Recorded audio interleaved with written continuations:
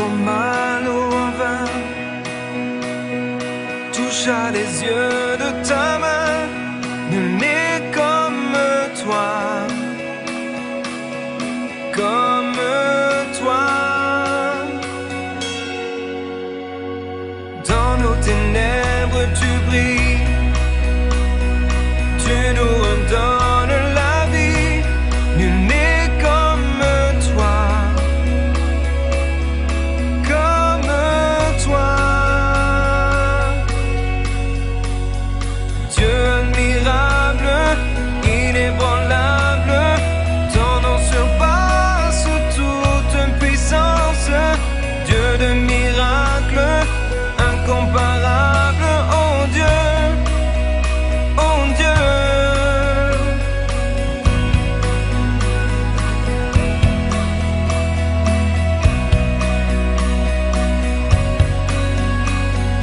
Dans nos ténèbres tu brilles, tu nous redonnes la vie, nul n'est comme toi, comme toi. Dieu admirable, inébranlable, ton nom surpasse toute puissance. Dieu de miracles, incomparable, oh Dieu, oh Dieu. Dieu admirable, inébranlable, ton nom surpasse toute puissance. Dieu de miracles, incomparable, oh Dieu, oh Dieu.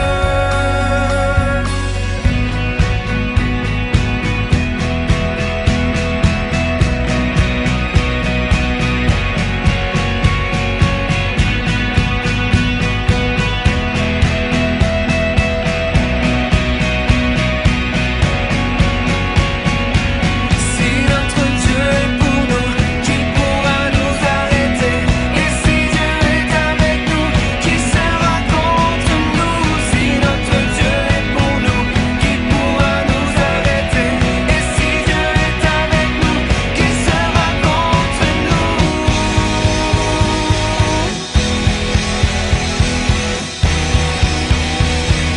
Qui sera contre nous?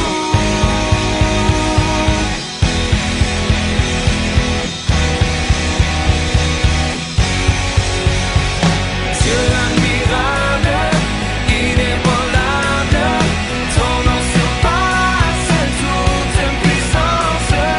Dieu de miracles, incomparable, oh Dieu, oh Dieu. Dieu admirable, inébranlable, ton nom surpasse toute puissance. Dieu de miracles, incomparable, oh Dieu, oh Dieu. Si notre Dieu est pour nous, qui pourra nous arrêter? Et si Dieu est avec nous, qui sera contre nous? Si notre Dieu est pour nous, qui pourra nous arrêter? Et si Dieu est avec nous, qui sera contre nous?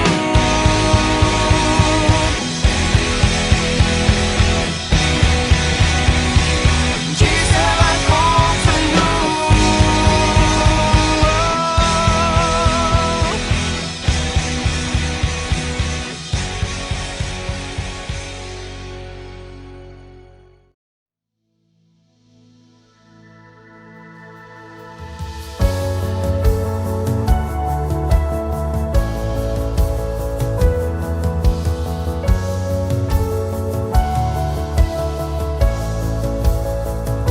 Tout ce que j'ai grâce à Jésus.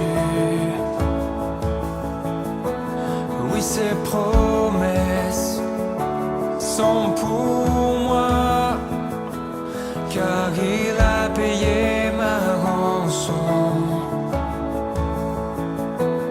Une fois pour toutes, pour ma liberté, mon assurance est en Christ seul, en sa justice et non la mienne. Mon espoir est en son nom, sa bonté règne et dure à jamais. L'amour est plus fort que la mort. Tous mes péchés sont sans puissance et j'avance par ta faveur. Grâce infinie, oh mon salut, mon assurance est en Christ seul, en sa justice et non la mienne. Et mon espoir est en son nom, sa bonté règne et dure à jamais.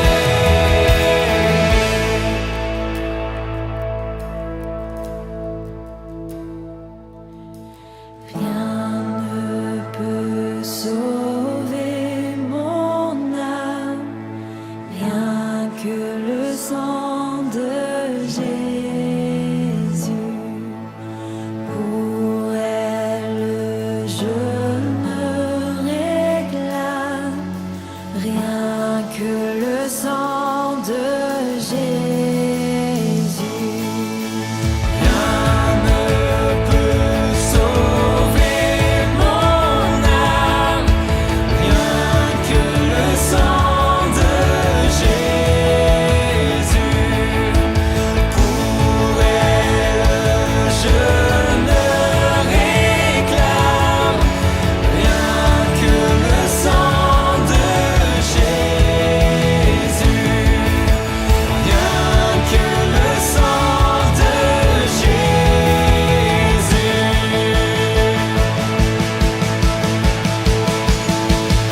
Mon assurance est en Christ seul, en sa justice et non la mienne.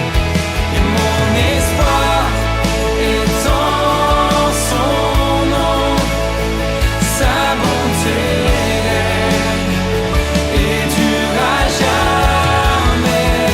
Mon assurance est en Christ seul, en sa justice et non la mienne.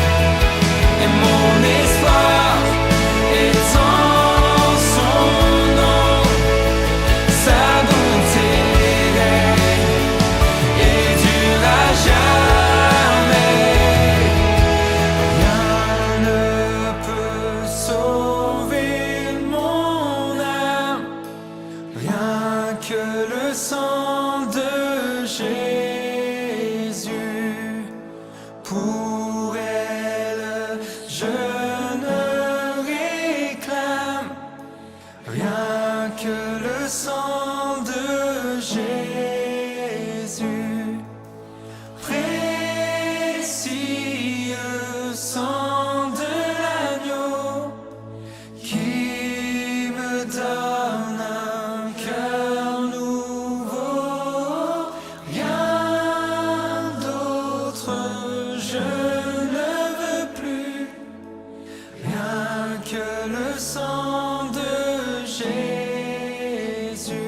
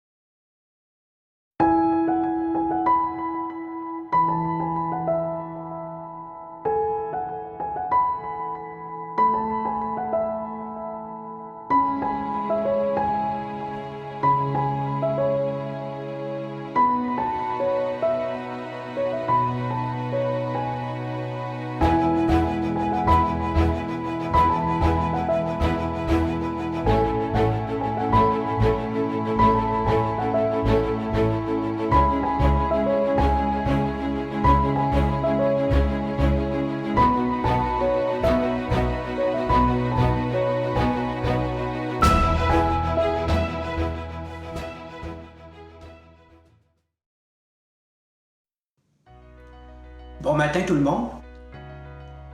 Il y a une chose qui me fascine, entre autres, c'est de voir toutes les technologies dont nous disposons pour pouvoir communiquer avec les gens. L'informatique, ce que la science nous a apporté, je trouve ça merveilleux. Mais il y a une chose particulièrement que je trouve vraiment merveilleuse et qui est de la plus haute importance, c'est le fait de savoir qu'on peut communiquer en tout temps avec Dieu le Père, avec le Dieu créateur du ciel et de la terre. Et cela en tout temps. Et cela, bien entendu, par Jésus-Christ et avec son Esprit. C'est que le ciel nous est ouvert par celui qui a porté sur lui le fardeau de toutes nos fautes. Ce dont nous avons besoin pour communiquer avec Dieu le Père, c'est un cœur qui est bien disposé et une totale confiance, une absolue confiance dans notre Sauveur. Et cela en toutes circonstances et en tout temps. Peu importe ce que nous pouvons vivre dans notre vie. Alors ce matin, j'aimerais vous inviter à écouter un premier message qui vous sera donné par Stéphane Lacasse et qui va porter sur la résilience. Par la suite, Yannick Lacasse va vous présenter une première méditation en lien avec le thème du mois qui est Jésus-Christ, notre rocher. Enfin, par la suite, vous êtes invités via la plateforme Zoom à avoir un temps de partage, de louanges et de prières avec vos frères et sœurs dans l'Assemblée. Alors, si vous voulez, on va prier ensemble. Seigneur Dieu, merci de nous donner ce temps de ce matin pour être enseigné dans ta parole, exhorté pour t'adorer. Merci pour ce temps de ressourcement afin de nous aider à demeurer des serviteurs fidèles, prompts à accomplir ce que tu désires. Amen.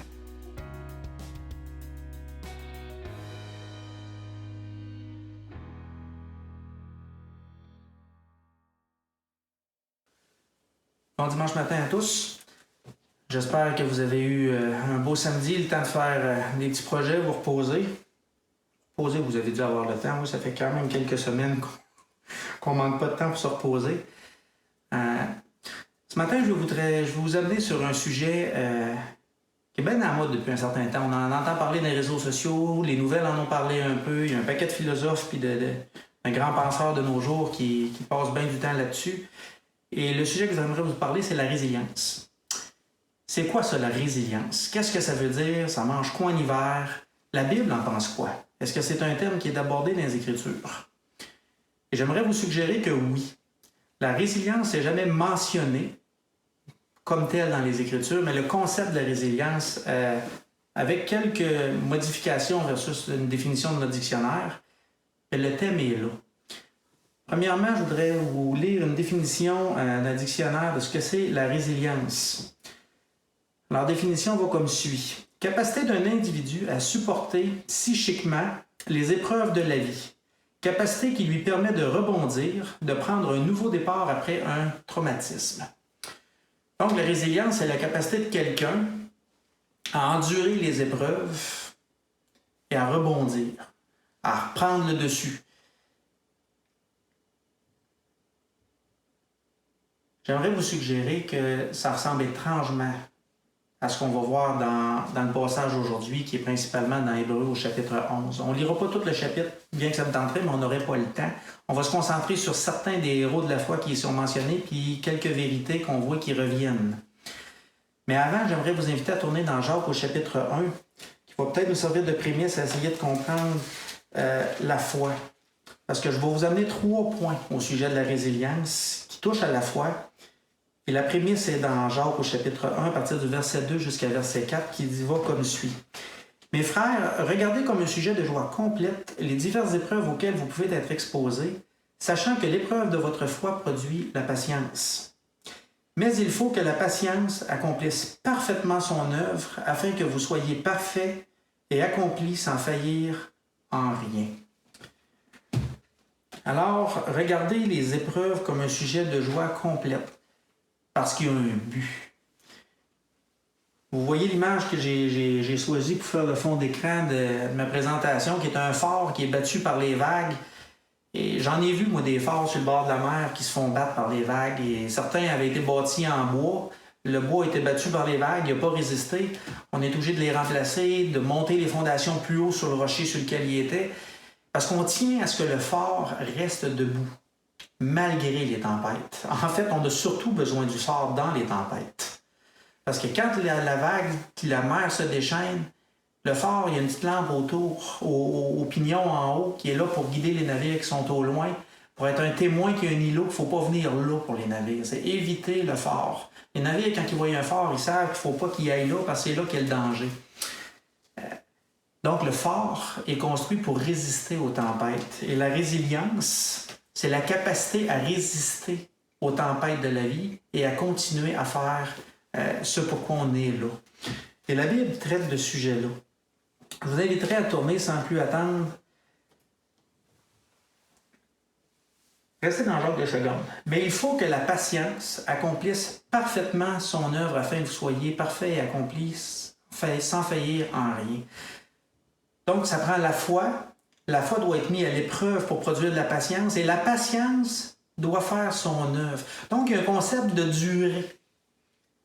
La foi doit être développée dans la durée pour produire de la patience. Et la patience doit s'inscrire dans la durée pour qu'on devienne parfait et accompli. Et c'est ça qu'on va regarder à travers le témoignage de plusieurs serviteurs du Seigneur, des héros de la foi qu'on va trouver dans l'Épître aux Hébreux, chapitre 11. Et j'aimerais ce matin vous suggérer 3 critères après avoir lu le passage qu'on va lire. Danny a déjà touché ce passage-là la semaine passée, principalement en abordant les versets 1 à 7. Ce matin, je vais vous suggérer qu'on va lire versets 1 à 3 et ensuite on va sauter au verset 8 puis on va lire certaines sections. Si vous voulez bien me suivre avec la main dans Hébreux au chapitre 11, verset 1. Or, la foi est une ferme assurance des choses qu'on espère, une démonstration de celles qu'on ne voit pas. Pour l'avoir possédée, les anciens ont obtenu un témoignage favorable. C'est par la foi que nous reconnaissons que le monde a été formé par la parole de Dieu, en sorte que ce qu'on voit n'a pas été fait de choses visibles. Et là, ils vont embarquer sur Abel, sur Enoch, sur certaines des choses avec Noé. Je vais faire un petit retour vite fait sur Noé, verset 7. C'est par la foi que Noé divinement avertit des choses qu'on ne voyait pas encore. Donc, le Seigneur est venu à Noé et il a dit « Je vais faire venir de l'eau, de la pluie comme ça ne s'est jamais vu. Je vais inonder la terre. » Noé, il faut que tu bâtisses un arche. Un bateau qui va faire une longueur X par une largeur Y, une hauteur Z. Et c'est pas un petit projet, là. C'est un paquebot, là. Sur le top d'une montagne, loin de l'océan, Noé a cru à la parole de Dieu, il s'installe à bâtir son bateau et il y en a pour 120 ans. Essayez d'imaginer, là, pendant 120 ans, il va bâtir un paquebot à un endroit où on ne voit même pas la mer. Il doit en avoir des railleries et de la moquerie, ça devait être assez quelque chose. Mais Noé avait cru en Dieu et il a maintenu dans la durée sa foi dans la parole de son Dieu. Verset 7. C'est par la foi que Noé divinement avertit des choses qu'on ne voyait pas encore et saisi d'une crainte respectueuse. Construisit une arche pour sauver sa famille. C'est par elle qu'il condamna le monde et devint héritier de la justice qui s'obtient par la foi. On va continuer avec les versets 8 en continuant. C'est par la foi qu'Abraham, lors de sa vocation, obéit et partit pour un lieu qu'il devait recevoir en héritage, et qu'il partit sans savoir où il allait. C'est partir sans voir les choses, ça aussi. Abraham, tu vas quitter ta contrée, tu vas quitter ton père, ta famille, tu vas t'en aller dans une terre lointaine que je vais te donner en héritage. Pars. Telle direction. Je te le dirai, mais que tu es rendu. Essayez de vous imaginer. Ça, c'est avoir la foi, là. Tout laisser en arrière en sachant même pas où on s'en va. C'est par la foi, verset 9, qu'il vint s'établir dans la terre promise comme dans une terre étrangère, habitant sous des tentes, ainsi qu'Isaac et Jacob. Donc, Abraham est parti pour cette terre promise-là. Il a habité dessus dans des tentes. Son fils Isaac a vécu la même vie. Et son fils Jacob va vivre la même vie. Verset 10 va nous dire « Car il attendait la cité qui a de solides fondements. celle dont Dieu est l'architecte et le constructeur. Il fallait qu'ils veuillent attendre. Il aurait eu le temps de retourner d'où il venait. Mais Abraham croyait à la parole de Dieu. Sarah elle-même, verset 11. C'est par la foi que Sarah elle-même, malgré son âge avancé, fut rendue capable d'avoir une postérité parce qu'elle crut, pas en elle-même, en ses capacités, non, parce qu'elle crut en la fidélité de celui qui avait fait la promesse. Donc Sarah aussi, dans son cas, elle va le toucher. La promesse que Dieu va y avoir faite d'enfanter, qui est Isaac, elle va l'avoir vue de son vivant. Ce qui est un privilège qui n'est pas nécessairement accordé à tout le monde qu'on voit là. On vient de voir qu'Abraham, Isaac puis Jacob ne l'ont pas vu de leur vivant. Mais ils étaient prêts à attendre. Verset 13. C'est dans la foi qu'ils sont tous morts, sans avoir obtenu les choses promises, mais ils les ont vus et salués de loin, reconnaissant qu'ils étaient étrangers et voyageurs sur la terre. Ceux qui parlent ainsi montrent qu'ils cherchent une patrie, pas quelque chose de léger, de détail, pas un petit lopin de terre, non, une patrie. Un pays auquel on peut s'identifier, auquel on appartient. Et là, verset 15, j'aime bien. S'ils avaient eu en vue celle d'où ils étaient sortis, ils auraient eu le temps d'y retourner. Abraham, là, ça a été long son pèlerinage. Il aurait pu revirer de bord et dire, regarde, le Seigneur a dû se tromper ou j'ai dû mal entendre, je retourne d'où je viens. Il aurait eu le temps. Non, il est resté. Il est resté, il a gardé ses fils. Et il a envoyé un serviteur chercher une épouse pour son fils en disant, il n'est pas question que tu amènes mon fils en dehors, on ne retourne pas en arrière. Dieu a fait une promesse et on va en prendre possession. Même si je suis âgé et que je ne l'ai pas encore vu, on reste. Dieu nous a dit que c'était ici qu'on devait être. On va sauter un peu plus loin. On va sauter au verset 23. C'est par la foi que Moïse, à sa naissance, fut caché pendant 3 mois par ses parents parce qu'ils virent que l'enfant était beau et qu'ils ne craignirent pas l'ordre du roi. C'est par la foi que Moïse, devenu grand, refusa d'être appelé fils de la fille de Pharaon, aimant mieux être maltraité avec le peuple de Dieu que d'avoir pour un temps la jouissance du péché. Regardant l'opprobre ou la honte de Christ comme une richesse plus grande que les trésors de l'Égypte, car il avait les yeux fixés sur la rémunération. C'est par la foi qu'il quitta l'Égypte sans être effrayé de la colère du roi, car il se montra ferme comme voyant celui qui est invisible. C'est par la foi qu'il fit la Pâque et l'aspersion du sang afin que l'exterminateur ne touchât pas au premier-né des Israélites. Ça non plus, il ne le voyait pas. C'est par la foi qu'ils traversèrent la mer Rouge comme un lieu sec, tandis que les Égyptiens qui transpirent de même furent engloutis. C'est par la foi que les murailles de Jéricho tombèrent après qu'on ait fait le tour pendant 7 jours. C'est par la foi que Rahab, la prostituée, ne périt pas avec les rebelles parce qu'elle avait reçu les espions avec bienveillance. Et que dirais-je encore? Car le temps me manquerait pour parler de Gédéon, de Barak, de Samson, de Jephthé, de David, Samuel et des prophètes, qui par la foi vainquirent des royaumes, exercèrent la justice, obtinrent des promesses, fermèrent la gueule des lions, éteignirent la puissance du feu, échappèrent aux tranchants de l'épée, guérirent de leur maladie, furent vaillants à la guerre, mirent en fuite des armées étrangères. Des femmes recouvrèrent leur mort par la résurrection. Et il y a un paquet de victoires qu'on voit là par la foi. Mais après de longues épreuves parfois. Mais là, on va changer de refrain. On va voir un autre dénouement à la foi de certains de ces héros de la foi-là. D'autres, verset 35b, furent livrés au tourment et n'acceptèrent point de délivrance afin d'obtenir une meilleure résurrection. D'autres subirent les moqueries, le fouet, les chaînes et la prison. Ils furent lapidés, sciés, torturés. Ils moururent tués par l'épée. Ils allèrent çà et là vêtus de peau de brebis, de peau de chèvre, dénués de tout, persécutés, maltraités. Eux dont le monde n'était pas digne. Errant dans les déserts et les montagnes, dans les cavernes et les angles de la terre. Tout cela à la foi desquels, encore une fois, il a été rendu témoignage, n'ont pas obtenu ce qui leur était promis. Dieu ayant en vue quelque chose de meilleur pour nous, afin qu'ils ne parvinssent pas sans nous à la perfection. À la perfection. Est-ce que ça ne ressemble pas au passage dans Jacques? Toutes ces épreuves-là qu'ils doivent subir pour bâtir la patience sur leur foi, et que la patience doit prendre du temps pour arriver à être accomplie sans faillir en rien. parvenir à la perfection. Très similaire, le concept. Et ce matin, j'aimerais passer avec vous 3 caractéristiques que je pense devraient former la résilience pour un chrétien. Qu'est-ce que la Bible nous montre dans ce passage-là? C'est quoi la résilience et comment ça fonctionne? Première chose, la résilience, c'est basé sur la foi. Le fondement de la résilience, c'est la foi. C'est pas une idée saugrenue, c'est pas un entêtement.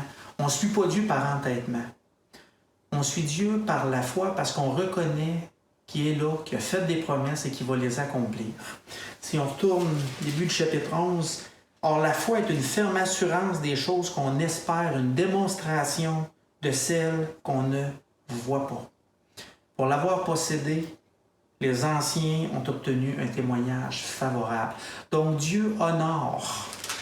Dieu donne un rapport favorable à ceux qui sont scrutés et examinés dans la foi et qui l'ont la foi, qui sont prêts à la mettre en application.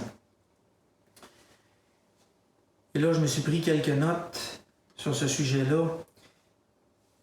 Et fondé sur la foi, si on remontait juste avant dans le chapitre 10 au verset 38, il est écrit « Mon juste vivra par la foi ». Si on se met dans le contexte, à l'époque, l'Épître est écrit aux Hébreux qui sont tentés de faire un pas de recul.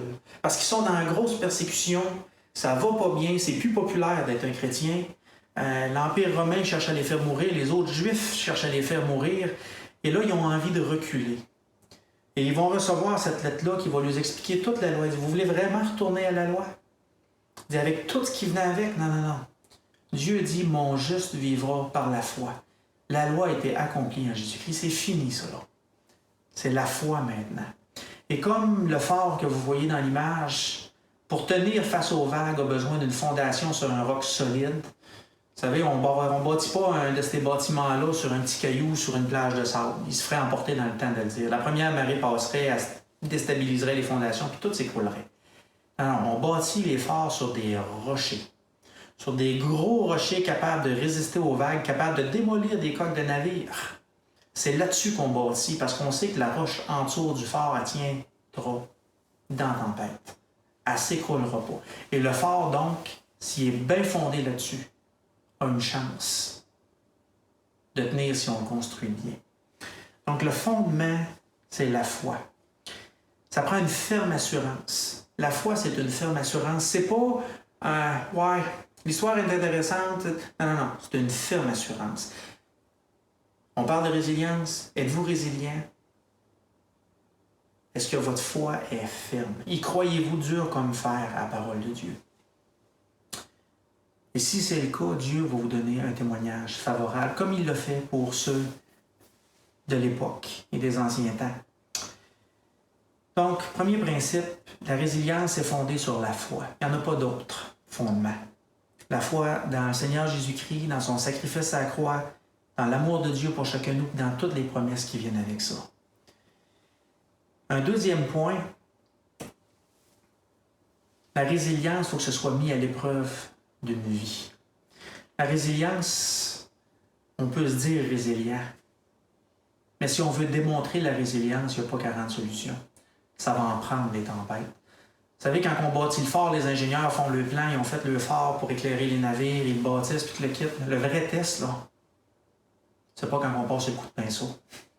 Le vrai test, c'est quand la première grosse tempête va arriver. Puis généralement, ils vont espérer que la première, c'est pas trop grosse pour voir s'il y a des petites sections qui ont plus de misère, pour pas que le tout s'écroule, mais en espérant qu'après la première tempête, on ait le temps de solidifier la structure. En se disant, bon, OK, on a vu qu'on a peut-être un manque là, on va le renforcer. C'est pareil avec notre vie. Les épreuves arrivent dans notre vie et ils sont là pour nous tester. Et des fois, ils vont graduels, des fois, il en arrive une grosse d'un coup. Des fois, on dirait qu'on ne voit pas le bout, on ne voit pas la sortie de la tempête. On est en formation. Dieu travaille dans nos vies à nous montrer les points faibles pour qu'on puisse les travailler. Mais c'est pas facile. Vous savez, on a regardé tous ces héros de la foi-là, qu'il y en a qui ont été sciés, torturés. Abraham, qui a marché toute sa vie en déplaçant sa tente d'un endroit à l'autre, il a vu son neveu Lot périr, qui avait amené avec lui. Ça n'a pas été facile, cette vie-là. Noé, 120 ans à faire rire de lui par les gens qu'il croisait. Mis à l'épreuve de la vie. Ils ont dû faire des sacrifices, ces gens-là. Ça a été long, ça a pris du temps, cette mise à l'épreuve-là. Ils ont subi les moqueries, les séparations. Abraham, il a laissé sa famille derrière. Vous savez, moi, dans la maison chez nous, s'il y a une affaire qui est importante, c'est la famille. Et des fois, Dieu nous demande de faire des missions, que ça se peut qu'on soit obligé de se séparer d'une partie de notre famille pour aller faire le travail qu'il nous demande. Ça fait partie des mises à l'épreuve, ça. Est-ce qu'on va être prêt à le suivre à l'épreuve de la vie? Et des fois, c'est des attentes qu'il faut mettre de côté. On a lu tout à l'heure à propos de Sarah qui a eu son fils parce qu'elle a eu la foi en celui qui avait fait la promesse. Et Sarah, là, elle aurait espéré plus jeune son fils. Elle avait mis ça en oubli quand le Seigneur est venu la voir pour y annoncer qu'elle allait tomber enceinte. Elle est partie à rire sur le coup. Elle avait eu des attentes. Mais le temps était passé et elle les avait mis de côté, ces attentes. Mais elle n'avait pas abandonné. Elle était restée avec Abraham, elle était encore sur la terre promise. Elle voulait encore faire confiance à Dieu. Et Dieu a honoré sa foi.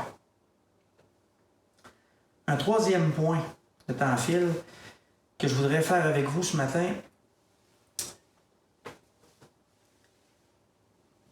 La foi, je l'ai dit tout à l'heure, c'est pas basé sur une idée saugrenue, sur un entêtement.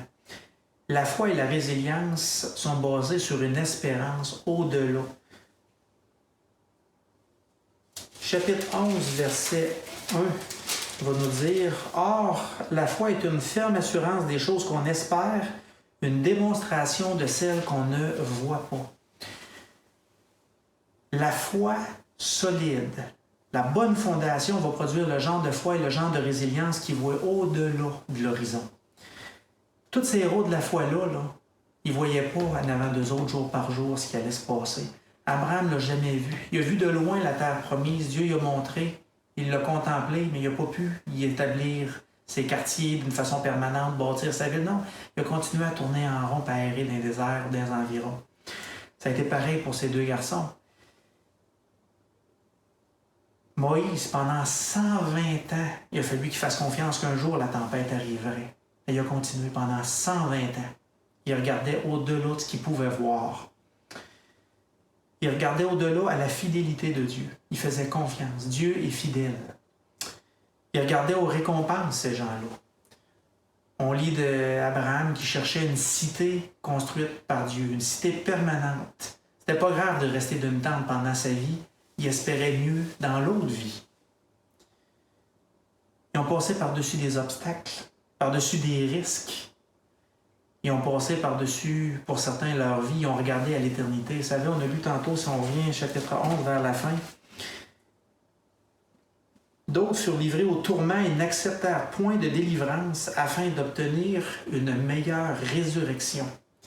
Donc, pour eux, c'était plus important la récompense dans l'éternité que de l'avoir ici-bas. Ils auraient pu se sortir. Il y en a qui ont eu l'occasion de se sortir. Ils auraient pu renier leur sauveur. Ils auraient pu abandonner leur projet. Mais non! Il y avait espérance qu'il y aurait mieux après pour eux. Et là, il y a tous ces passages-là sur la foi de ces gens-là et sur leur résilience. Et c'est pour ça que c'est ça mon thème ce matin. La résilience, c'est la foi à l'épreuve du temps. Et je veux vous encourager, c'est possible. On a une liste de héros-là, et quand on arrive à la fin du chapitre 11, au verset 40, Dieu ayant vu quelque chose de meilleur pour nous. Ces gens-là, c'est ça qu'ils avaient compris. Ils avaient compris que Dieu avait quelque chose de meilleur même que ce qu'il leur avait promis s'y attendaient. Et au chapitre 12, verset 1, on va lire « Nous donc aussi, puisque nous sommes environnés d'une si grande nuée de témoins, rejetons tout fardeau et le péché qui nous enveloppe si facilement et courons avec persévérance dans la carrière qui nous est ouverte. » Et là, on va changer l'image du fond. Depuis tantôt qu'on regarde un phare qui résiste aux vagues, je vais vous montrer une autre image qui parle de résilience.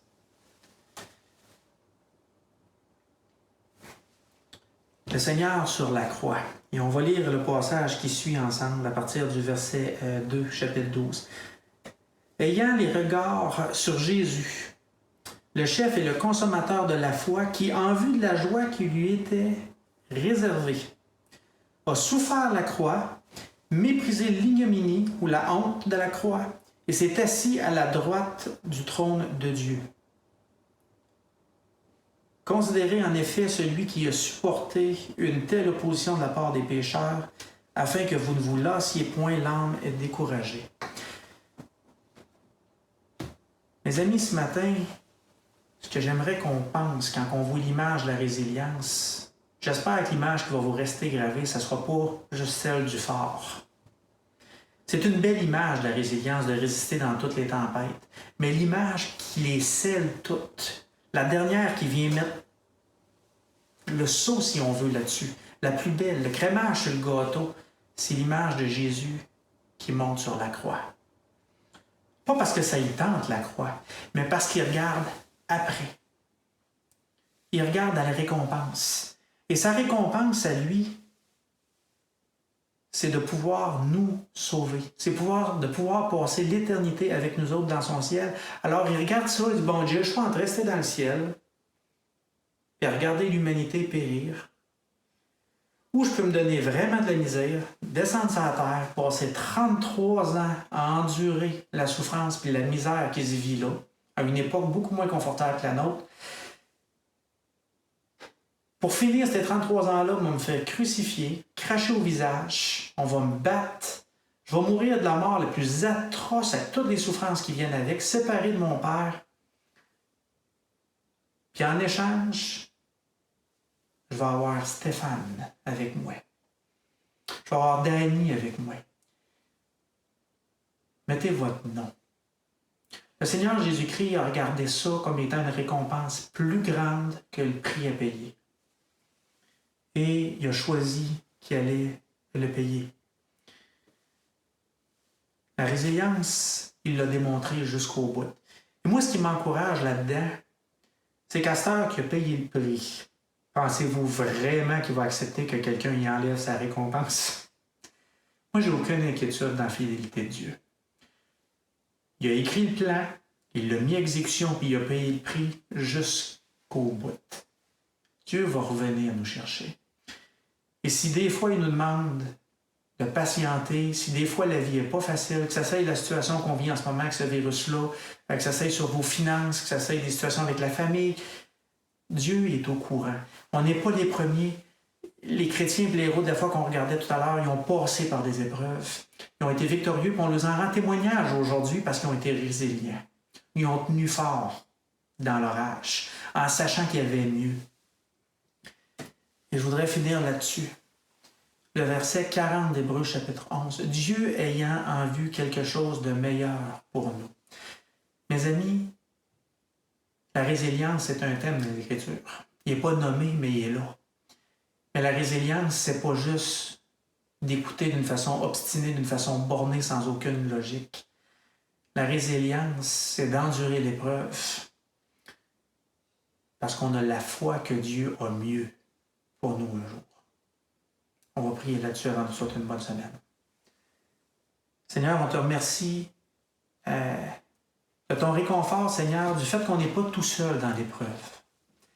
Seigneur, tu nous as avertis qu'il y aurait des épreuves et tu nous as écrit ce passage-là. À l'époque, a été écrit pour ces Juifs-là qui étaient en difficulté, qui souffraient. Et Seigneur, tu voulais qu'ils sachent que non, on ne retourne pas au passé. Oui, il y a de la souffrance. C'est pas nouveau. Même sous la loi, il y en avait eu. Parce que même sous la loi, c'était par la foi qu'on obtenait le salut. Et Seigneur, la foi, ça a un prix. Et des fois, le prix est cher. Des fois, le prix est long. Et ça prend de la résilience parce qu'il faut endurer. Mais Seigneur, la récompense est plus grande au bout. Seigneur, on peut avoir enduré pendant quelques années ici-bas pour une récompense qui va être dans l'éternité, qui n'aura pas de fin. Qu'on puisse être reconnaissant ce matin, être encouragé. Amen. Bonne semaine tout le monde.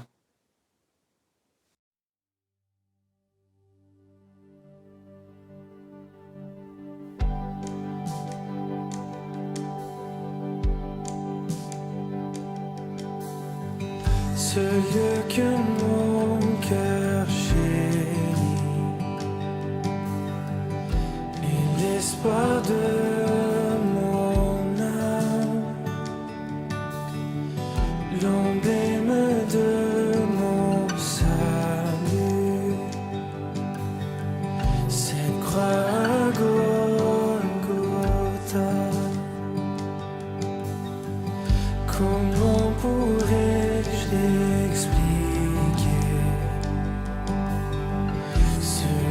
amour pour moi, que Jésus fut crucifié pour me donner la vie. La croix seule me suffit, rien d'autre je désire. Ce qui m'était si cher, je considère comme une perte, afin de te connaître. Tout ce que je possède est pour moi sans valeur, car j'ai mesuré le prix et la croix seule me suffit.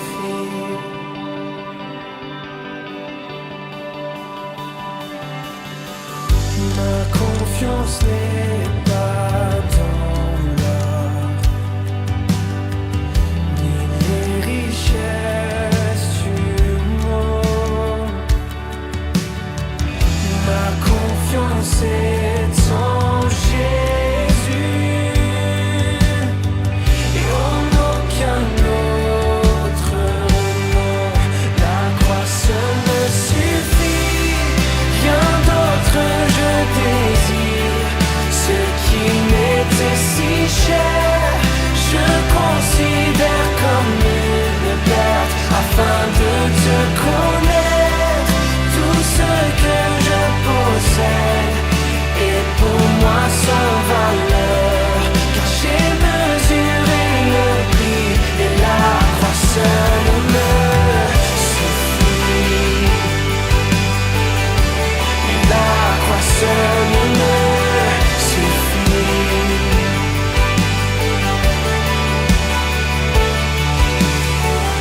Quand à la fin de mes jours, je verrai mon Seigneur, que l'on puisse dire de ma vie, la croix seule me suffit. La croix seule me suffit, rien d'autre je désire. Ce qui m'était si cher, je considère comme une perte, afin de te connaître. Tout ce que je possède est pour moi sans valeur, car j'ai mesuré le prix et la croix seule me suffit. Rien d'autre je désire. Ce qui m'était si cher, je considère comme une perte, afin de te connaître. Tout ce que je possède est pour moi sans valeur, car j'ai mesuré le prix et la croix seule me suffit.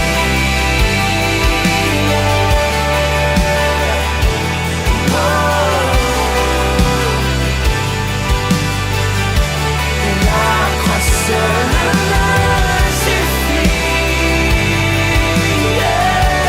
La croix seule me suffit. La croix seule me suffit.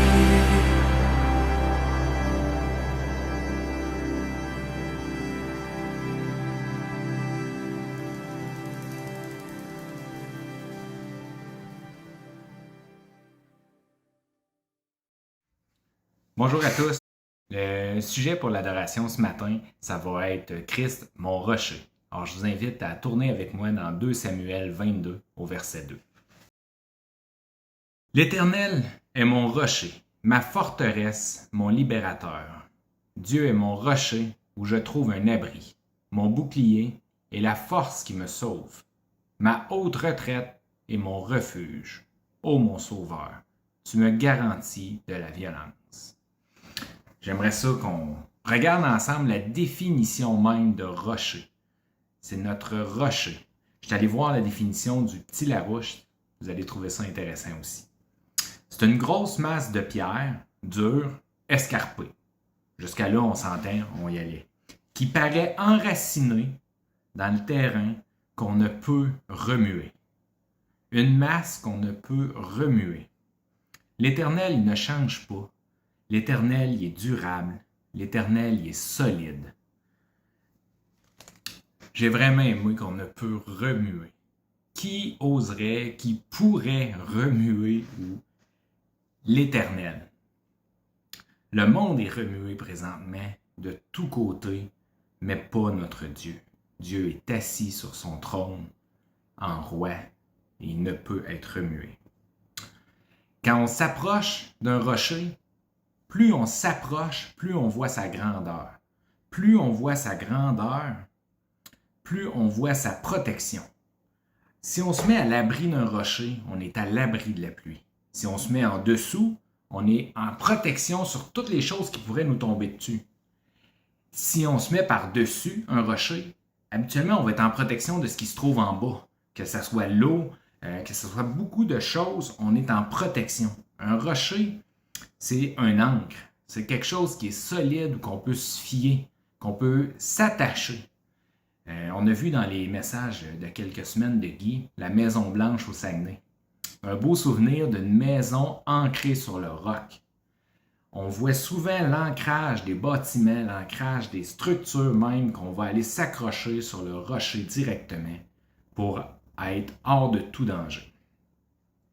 Si on va un peu plus loin dans le texte, on va aller lire les différents commentaires qui s'apprêtent au rocher, mais qui s'apprêtent très bien à l'Éternel. On voit qu'il est notre retraite, ma forteresse, mon libérateur. Il est un abri et un bouclier. Ma retraite. Je me suis arrêté sur ma retraite. Je suis allé voir la définition aussi. Un lieu de tranquillité, un lieu de repos, où on se retire pour vivre dans le calme. Quand on s'approche de l'Éternel, quand on est près de notre rocher, de notre retraite, peu importe les situations, on reste avec le Seigneur, on est près de lui. Alors, ce que je voulais faire, c'est pas plus long que ça. Ce que je voulais maintenant, c'est que on se retrouve tantôt sur le Zoom pour pouvoir en discuter, qu'on puisse échanger sur ça, voir comment que Dieu agit dans nos vies et qu'est-ce que Dieu vous parle directement à vous à propos de ces versets-là. Christ, notre rocher. Amen.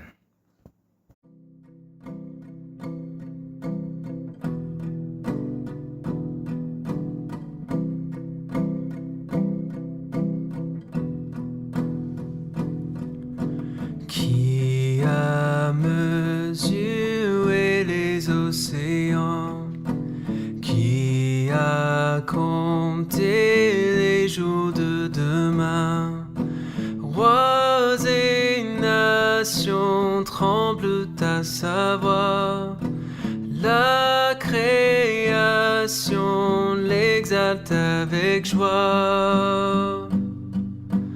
Notre Dieu règne dans les cieux, prosterné adorons notre roi, nul n'est son égal, prosterné adorons-le.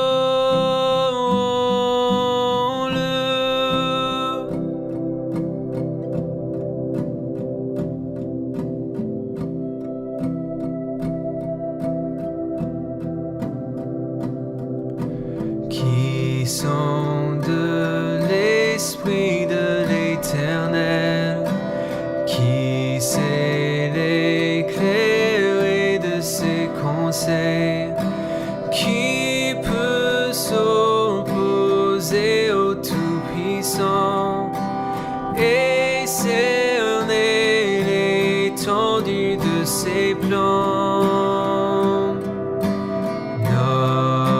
Notre Dieu